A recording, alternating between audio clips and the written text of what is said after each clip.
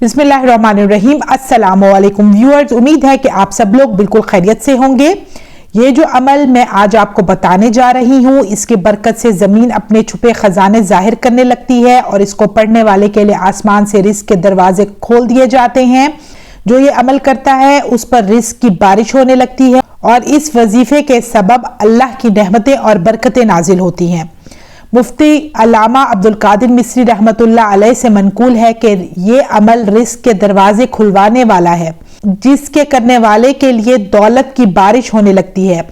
ये खालिसतन कुरानी अमल है। हर मर्द और औरत, छोटा बड़ा, बआसानी इस अमल से मुस्तफीद हो सकता है। कुरान पाक की 2 छोटी सूरतों का ये अमल है और इसके साथ अल्लाह के एक नाम का विर्द है।